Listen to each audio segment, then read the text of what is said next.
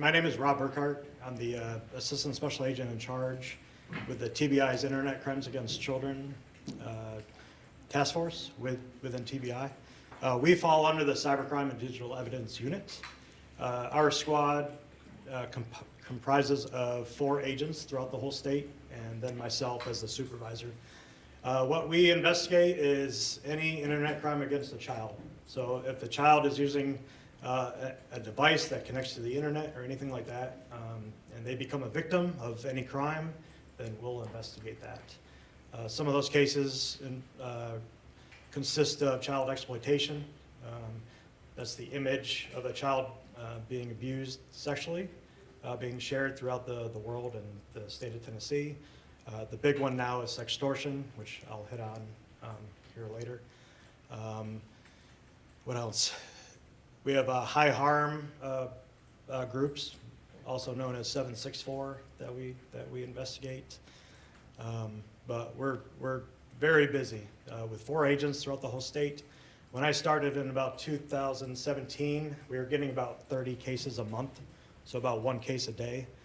Right now, we're about over 100 cases a month that just our 4 agents have to investigate throughout the state, involving children that are being harmed online and/or subjects here in the state of Tennessee that are harming children. Lieutenant, I'd love for you to kind of give us a sense of this data here in terms of the trends that we're seeing here in the whole state of Tennessee. Thank you. I'm Lieutenant Andrew Boatman of the Knoxville Police Department. I'm the commander of the Tennessee ICAC Task Force. We operate under a grant from the Office of Criminal Justice Programs and a federal grant from the Office of Department of Justice, Office of Juvenile Justice and Delinquency Programs. We have 73 affiliate agencies across the state. TBI is our contract partner and our lead affiliate. Together with our 73 affiliates, we all investigate child exploitation facilitated by technology. And as Rob was saying, our caseload has increased to a monumental degree in the last several years. We currently are looking at over 3,000 cases referred to us this month alone from the National Center for Missing and Exploited Children. For the year, we're over 22,000 cases sent to Tennessee, and those are divvied out amongst our 73 affiliates. Of course, TBI is carrying the brunt of that load, along with Nashville PD and Memphis PD, Knoxville, and Hamilton County. What we're seeing most of all is online enticement of minors using social media apps such as Instagram, Snapchat. The most nefarious of all of the online enticement cases, as Rob mentions, is sextortion cases, which uses the child's own greatest fears against them and puts them in danger.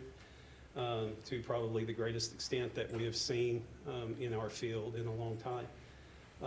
As those cases continue to grow, we continue to try to utilize our resources across state to the best of our ability, but our resources have not grown nearly to keep pace with the trend that our caseload has grown.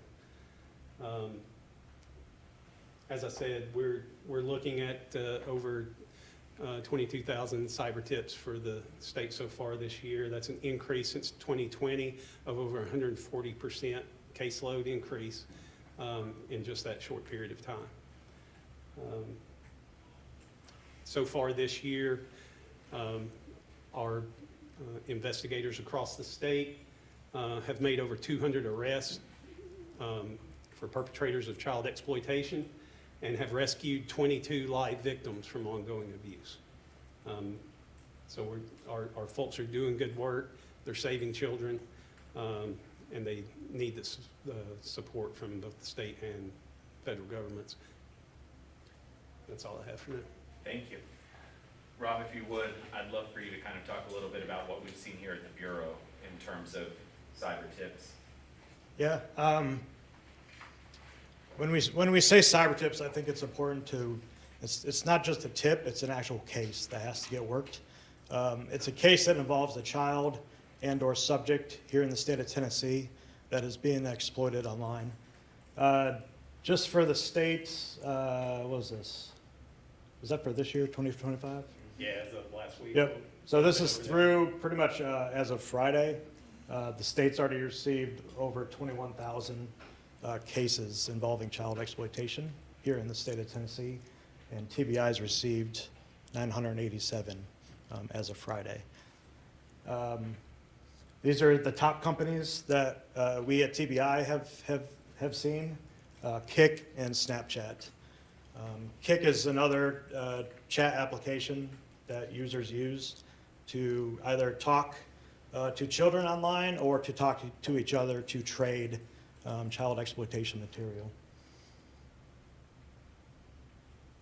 So the big thing that I really want to emphasize today is sextortion.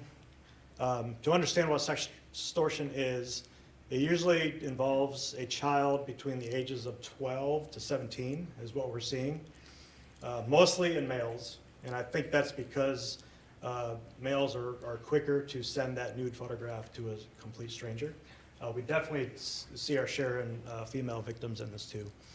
So how sextortion works is usually that child gets a message, mostly on Instagram or Snapchat. It can just start off as a hey, and then that child begins to talk to them.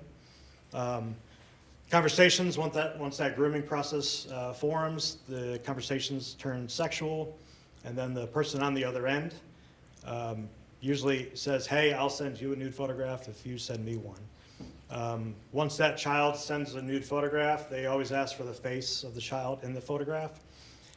What they're doing in the background is they're collecting that child's friends lists off of that, say Instagram. They're collecting all the Instagram friends lists of that child. A lot of times they have them jump to another platform to chat, like Snapchat, and then they'll collect that child's friends list from there. Once that child sends that nude photograph, that child then receives a screenshot of the nude photograph that they just sent, along with a list of all their friends. It can involve all their teachers, family, priests, pastors, anybody. And then they immediately say, hey, if you don't send me more nude photographs of yourself or a gift card, then I'm going to send this to everybody and they're going to know what you do online.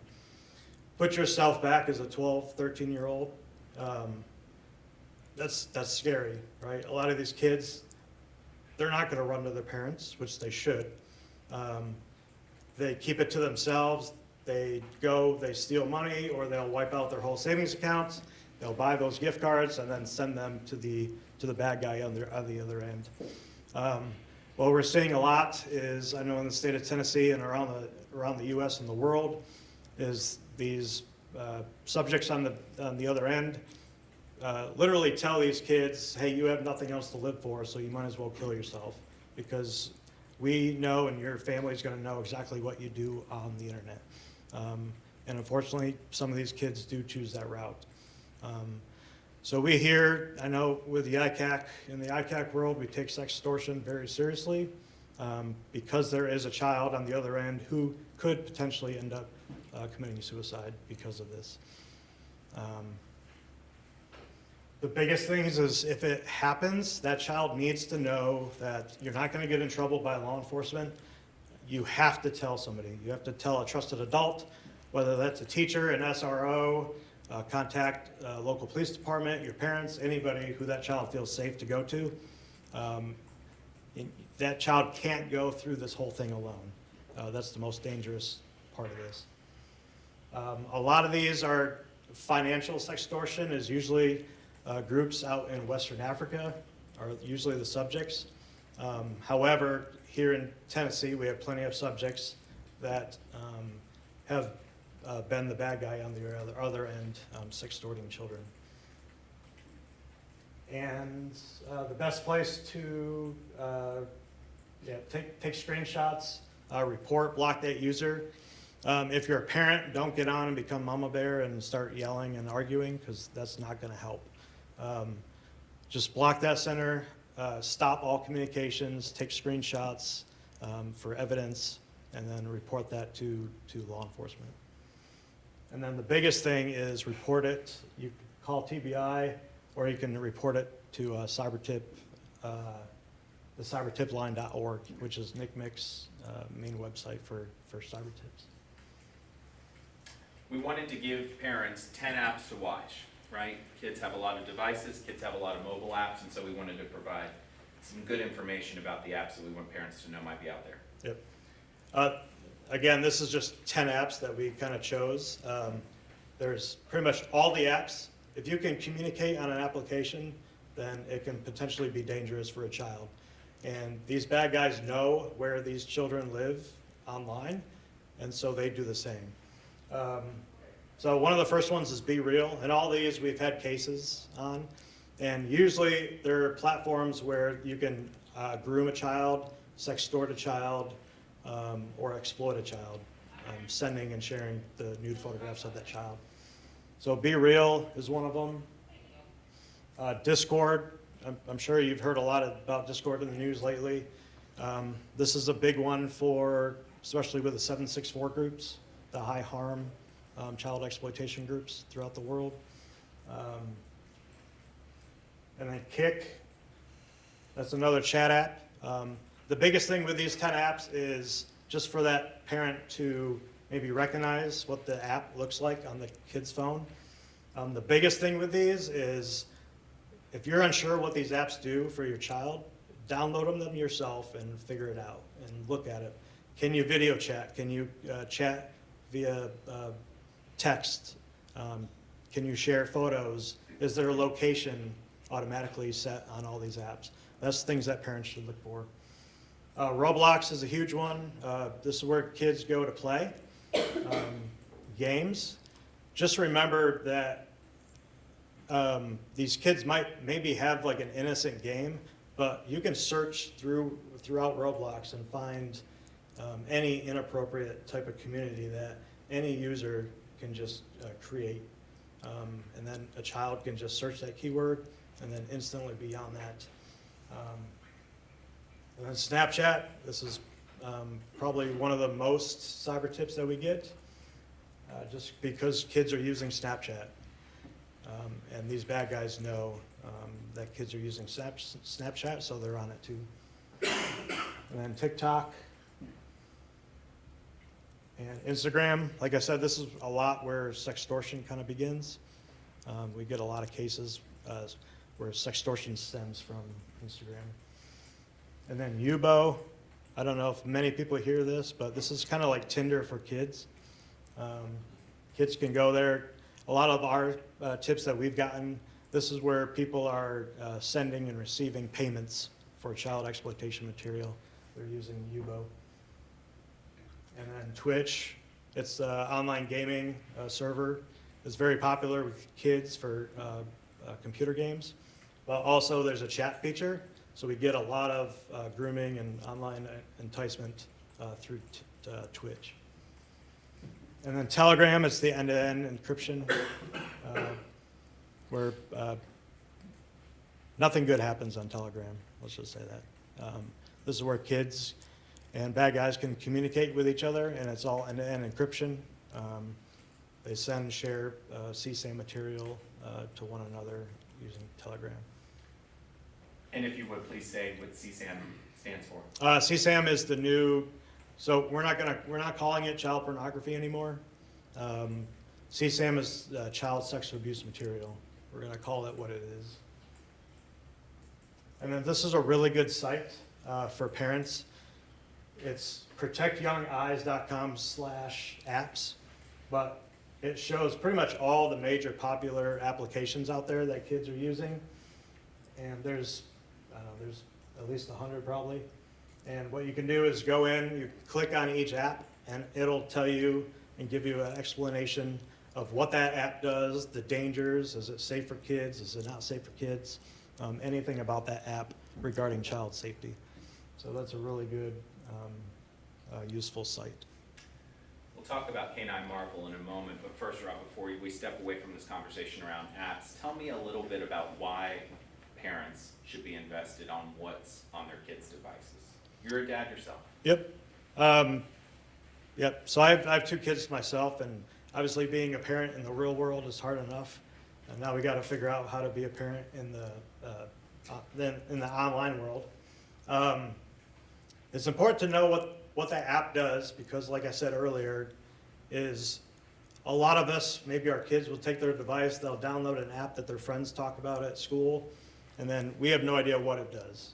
But in the end, maybe they're sharing pictures. Maybe it's a video app where you randomly get paired with a stranger throughout the world. That's stuff that our kids should not be using. So again, sit down with your child, have them explain what that app does.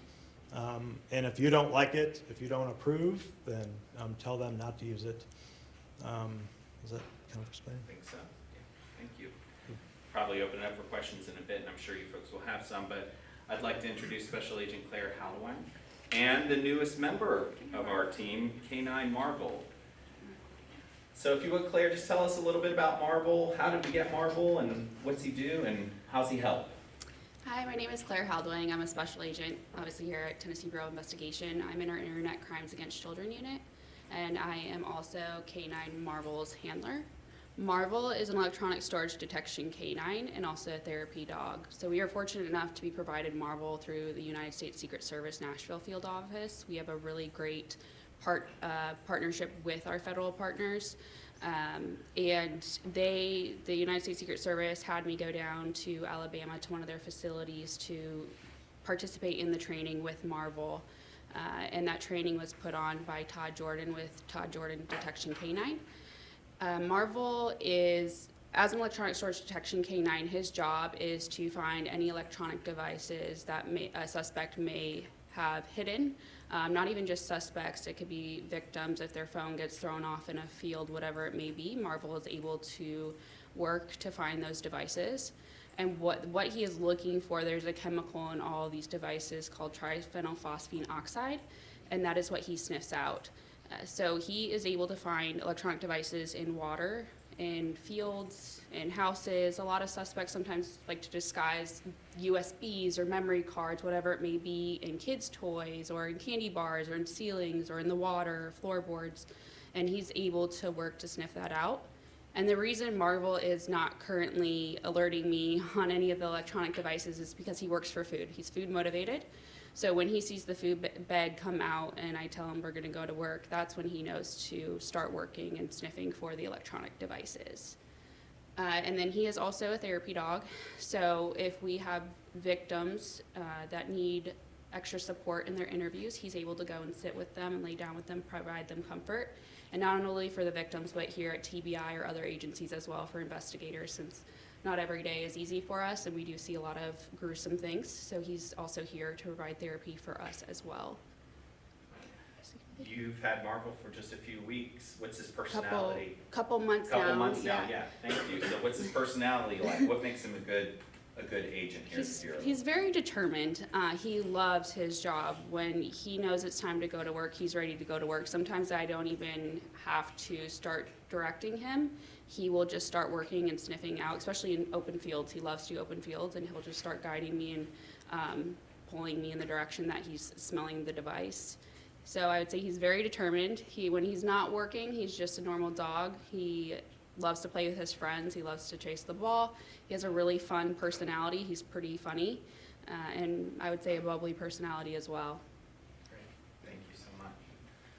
Do want to make you aware of this website as well. netsmarts.org is a great resource the Bureau always points parents to. There are great age-appropriate resources to really have some good conversations with your kids about technology.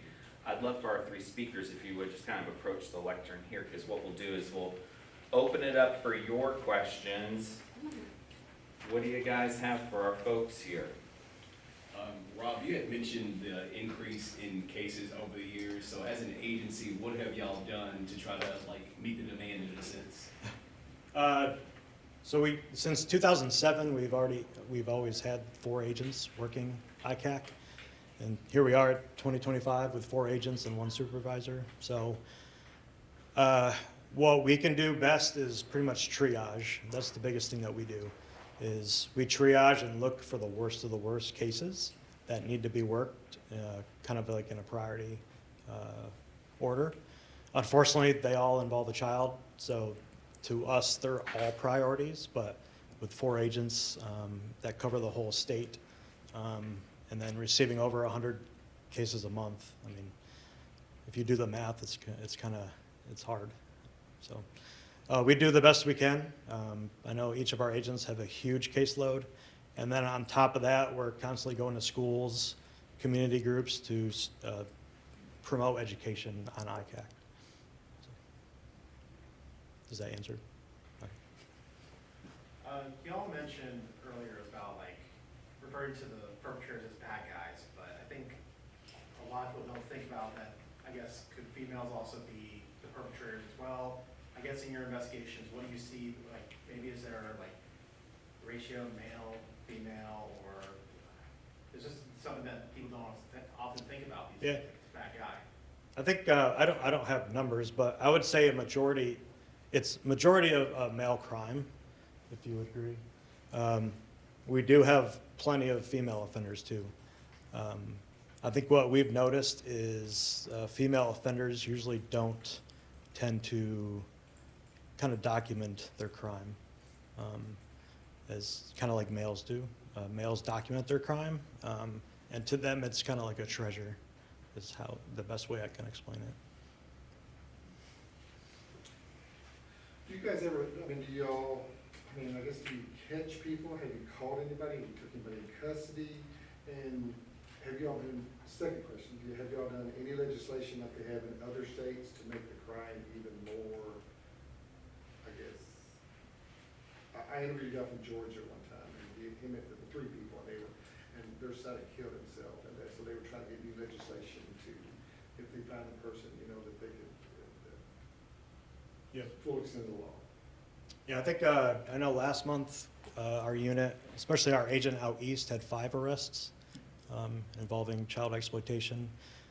Here in Middle, we've had a couple indictments that have happened this month alone. And then we have plenty of stuff, planned for future events. What was the second part? Sorry. Legislation, have you talked to any legislatures to try to get something that makes it? Yeah, one thing I'm personally looking for, I realized Tennessee doesn't really have a good sextortion law. So that's something that I'm kind of kicking around right now with another agent.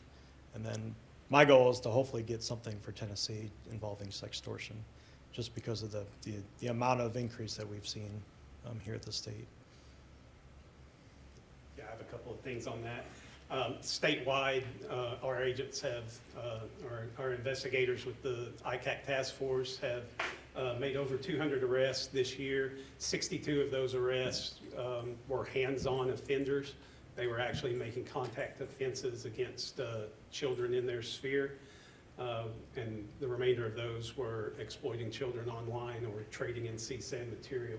But over 200 arrests so far this year, with plenty of time left to go in the year.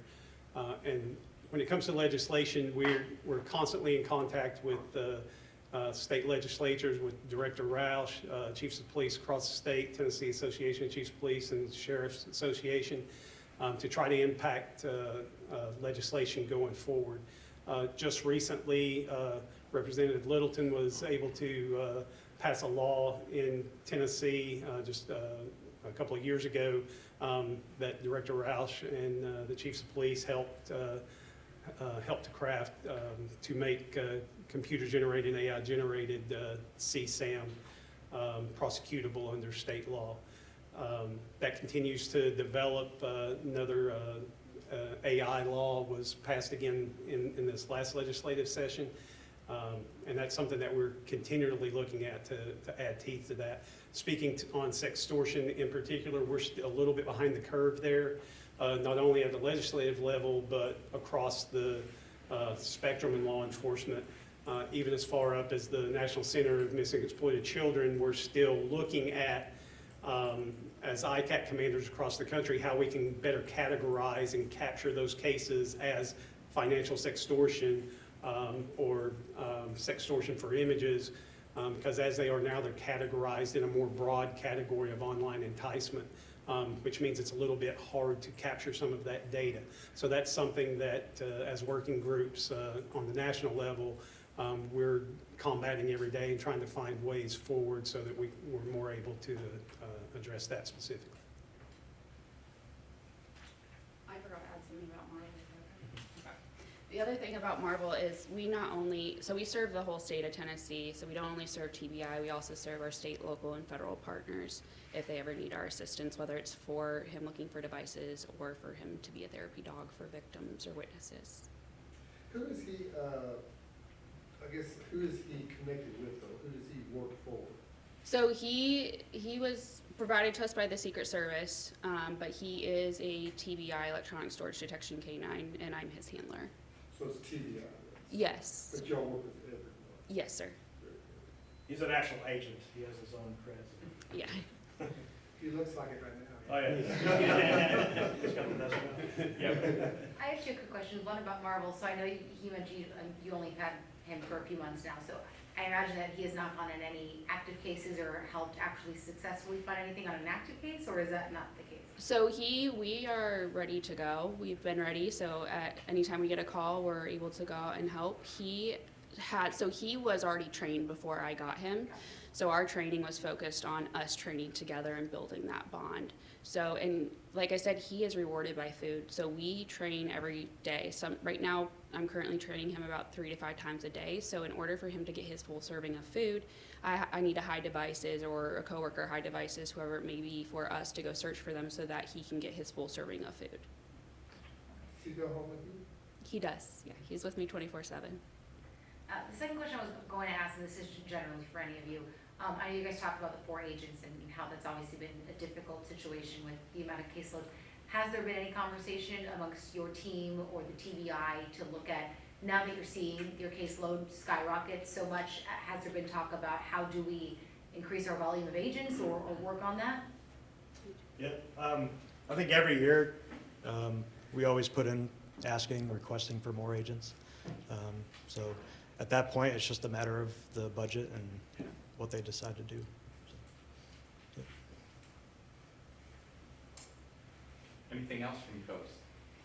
In closing, I would love for whoever wants to address this question, just tell us why you think it's important that we continue to champion this kind of work as a law enforcement community. Why does this work matter? Sure, I'll take that. So,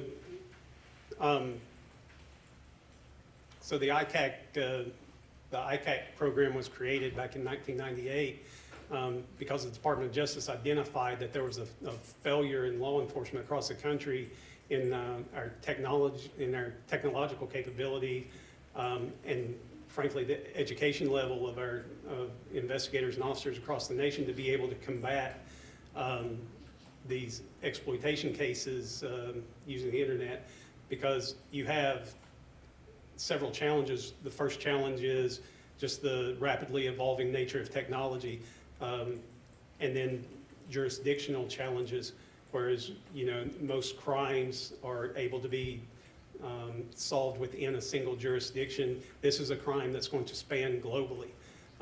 So we needed to find a way to network investigators across the world and to provide them the technology and the training to use that technology so that they could investigate these cases and protect children. The reason why it's so important that we continue that work, even as the increase comes and even as we face budget challenges, is because we stand as the only people who can get in between a sexual predator and a child. In a lot of cases, we're going to be the first people that know that crime's occurring due to the reporting from NECMEC as required by the Electronic Communications Act. A lot of times we're going to be the only ones that know this long before a parent or guardian or another trusted adult do. So even above and beyond catching and prosecuting sexual predators who are preying on our children, our number one mission is to step in and intervene between those people before Any more damage can occur, and of course, to prevent the ultimate nightmare of that online offender becoming a hands-on offender. A little more. Just want to say first off, I admire the work that you all are doing to protect the youth that are here in the state of Tennessee. But for many of you, and I'm sure a lot of parents, many people here are parents. It's they know that it all begins at home. It begins. Have you ever? What would you say if a parent were to come to you and be like, "How do I begin to talk to my child about this app?" Or, "No, I know all your friends have it. You can't." Or just how? What kind of conversation do you have with them? I mean, a lot of them are teenagers now too. It could be. So first, I'd like to say that I always tell parents when I go out and speak at schools or community groups that you have to realize that the relationships your children are building online are as real to them as the relationships they have in their lives. For those of us in the older generation, sometimes that's hard to wrap our minds around. But NCMEC has done studies that have showed that as many as 30% of children have built all of their closest relationships online.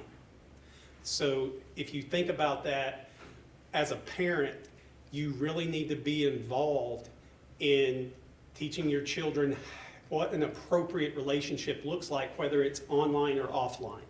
You have to be involved in those relationships the same as you would be if your child was asking permission to go down the street to have a sleepover at a friend's house. Most parents that I know would not allow that child to go to a stranger's house, yet a lot of us don't realize that when we allow our child to go online, that's exactly what they're doing. They're building those relationships. It's just as real to them as their real life relationships are.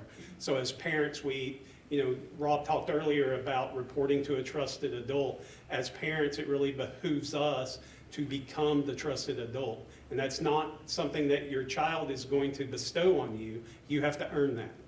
And it's not something you talk about once and move on. It's every single day. You have to build trust with your child.